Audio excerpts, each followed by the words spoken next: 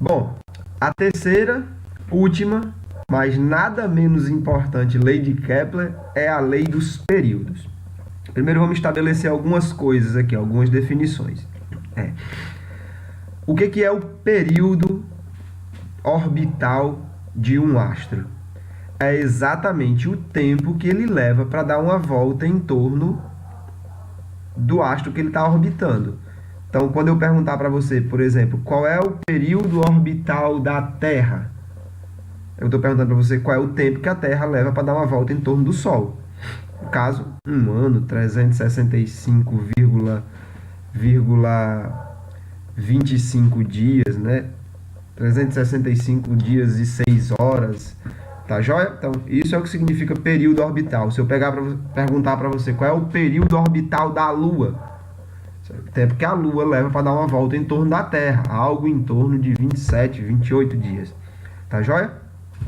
Outra coisa que a gente tem que definir, que vai ser importante aqui, é o conceito de raio médio da órbita. Como a gente sabe, as órbitas dos astros, ou as órbitas dos planetas no sistema solar, elas não são órbitas circulares. Então, imagine, por exemplo, esse planeta girando aqui em torno do Sol. Quando ele está aqui, a distância dele até o Sol é uma coisa. Quando ele está aqui, a distância dele até o Sol é outra coisa. Então, não existe algo como o raio numa órbita elíptica. Mas a gente pode definir o que se chama de raio médio da órbita.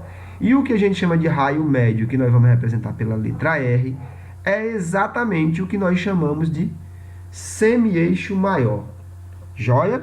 Então, quando você ouvir falar em raio médio de uma órbita elíptica, nós estamos nos referindo exatamente ao semi-eixo maior, que é essa distância aqui, do centro da elipse até a periferia da elipse, né, ao longo do eixo maior. Beleza? Por que que isso é importante? Porque o monstro chamado Kepler notou uma outra regularidade em relação a todos os planetas do sistema solar, que dizia respeito ao período, o tempo que o planeta levava para dar uma volta em torno do Sol, e o raio médio da órbita do planeta, ou seja, a distância média do planeta até o Sol. Para a gente poder ilustrar mais ou menos a ideia do Kepler, observe a tabela aqui. Nessa tabela a gente tem o período orbital de todos os planetas do sistema solar. Isso aqui está em ano terrestre. Para você ter ideia, por exemplo, a Terra é exatamente um ano, que isso aqui está em ano terrestre. Mercúrio leva 0,241 anos, algo em torno de 25% de um ano, 24% de um ano. Vênus leva algo em torno de 61% de um ano. Marte, 188%. Júpiter, 1186% e por aí vai, ok?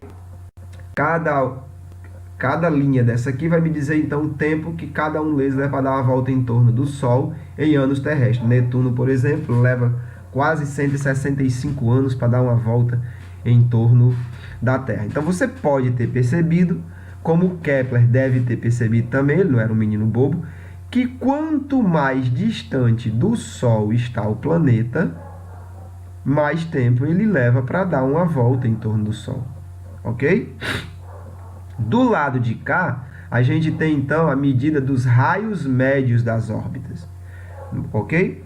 O semi-eixo maior de todas essas elipses, vou chamar de raio médio. Então, Mercúrio, Vênus, Terra. A unidade de medida utilizada aqui é uma unidade astronômica. Uma unidade astronômica é definida como sendo exatamente a distância média da Terra até o Sol. Então, da Terra é 1, porque, por definição, unidade astronômica é, em média, a distância da Terra até o Sol. Ok? Isso aqui é em torno de 150 milhões de quilômetros. Tá beleza? Então, isso é o raio médio da órbita da Terra. Quando a Terra está no periélio, o ponto de maior aproximação em relação ao Sol seria esse ponto aqui, por exemplo, na órbita da Terra. Quando ela está no ponto de maior aproximação em relação ao Sol, a distância dela em relação ao Sol é aproximadamente 149 milhões de quilômetros. quando ela está aqui, que é aproximadamente 151 milhões de quilômetros. Então, o raio médio aí fica algo em torno de 150 milhões de quilômetros. Ok? Isso é o que a gente define como uma unidade astronômica. Então, perceba que o raio médio das outras órbitas estão todos definidos em função do raio médio da órbita da Terra, de uma unidade astronômica. Só para você ter um exemplo, Netuno tem uma órbita que é aproximadamente 30, tem um raio de aproximadamente 30 vezes o raio da órbita da Terra. Bom, então, como a gente pode ver, os mais perto do Sol levam menos tempo, os que estão mais distantes gastam mais tempo. A primeira ideia que a gente tem aqui é a seguinte, vamos pensar então assim, quanto mais longe, mais lento, quanto mais longe, mais tempo gasta para dar uma volta em torno do Sol. Então, será que é assim? Se ele estiver 2 vezes mais distante, ele vai gastar 2 vezes mais tempo? Não. Então, foi esse o trabalho que Kepler teve que empregar para tentar perceber qual era a relação entre essas duas grandezas, tempo e distância. E ele chegou a esse resultado aqui. Ele percebeu que, na verdade, a relação não era entre o tempo, entre o período, e a distância. Era entre o quadrado do período e o cubo da distância.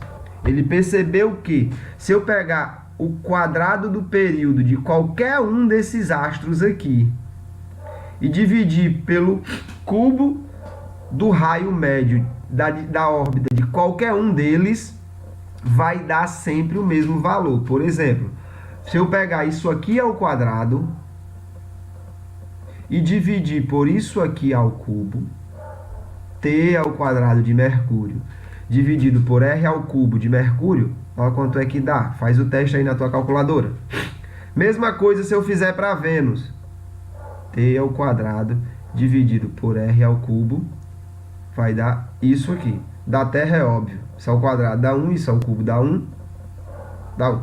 Então, confira para todos os astros e você vai perceber que o T ao quadrado dividido pelo R ao cubo vai dar exatamente o que está aqui. Só que o que está aqui, se você perdoar um pouquinho o Kepler, né, pela limitação que ele tinha do equipamento para observação, se você levar em conta que existe erro experimental e tudo isso, perceba que esses números são muito próximos, mas muito próximos de verdade mesmo. O que mais difere é esse aqui, difere da ordem de milésimos.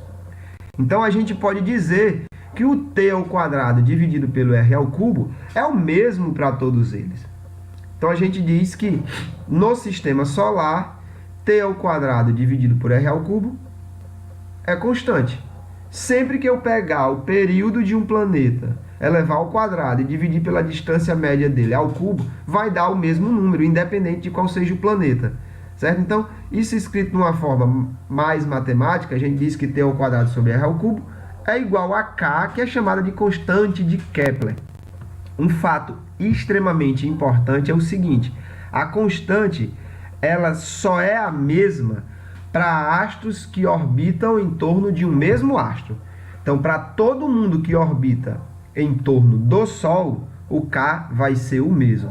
Agora, se eu estiver falando de satélites que orbitam em torno de Júpiter, o K é outro. Se eu estou falando de satélites que orbitam em torno da Terra, o K é outro. Mas para todo mundo que orbita em torno do Sol é um só.